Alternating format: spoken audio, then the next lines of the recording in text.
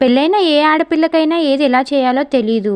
అది ఎలా చేయాలని అడిగినంత మాత్రాన ఎందుకో భారీ డైలాగ్ కొట్టేస్తారు. మీ పేరెంట్స్ మీకు నేర్పించలేదా, చేయలేదా అని చెప్పేసి. అది ఎలా చేయాలో చెప్పినంత మాత్రాన మీ నోరు ఆనిముత్యాలేం పడిపోవు. ఏ ఆడపిల్లకైనా పేరెంట్స్ నేర్పించకుండా ఏముండరు. ఎన్ని నేర్పించాలో అన్నీ నేర్పిస్తారు. ఏదైనా సరే మనం ఎక్స్పీరియన్స్ అయ్యేదాకా అది అలా ఉంటుందని ఎవరికీ తెలీదు.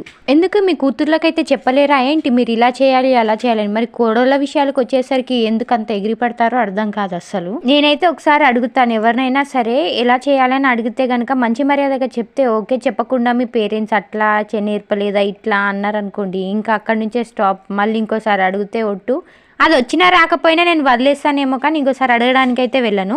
ఇంకా అవసరం ఉంది తప్పకుండా చెయ్యాలి అనుకుంటే గనక అది రాకపోతే మా మదర్ని ఫోన్ చేసి కనుక్కుంటాను ఎలా చేయాలి అనేది. తనకు తెలిసింది తను చెప్తుంది, తనకు కూడా తెలియకపోతే గనక నేను ఫోన్లో చూసుకుంటాను ఏదైనా సరే. నిజం చెప్పాలంటే ఇప్పటిదాకా మీరైతే జొన్నలు కడగడం చూసారు కదా, అది కూడా నాకు రాదు. ఏదో నాకు వచ్చినట్టు నేను కడిగేసుకొని ఎండబెట్టేసుకొని పట్టించేసుకుంటా.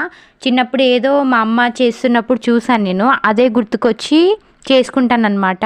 అందుకే ఏదైనా సరే పెళ్ళి కాకముందే అమ్మోళ్ళ ఇంటి దగ్గరే నేర్చుకోవడానికి ట్రై చేయండి. ఎవరితో మాట పడాల్సిన అవసరం ఉండదు. లేదంటే ఇంకో ఆప్షన్ మనకు ఫోన్ తప్ప ఇంకొకటి ఏదీ లేదు. ఫోన్లో చూసి నేర్చుకొని చేసుకోవడం తప్ప. నేను చెప్పింది మీకు ఎవరికైనా నిజమే అనిపిస్తే కనుక ఒక కమెంట్ అయితే చేసేయండి. మరి thank you for watching. Bye.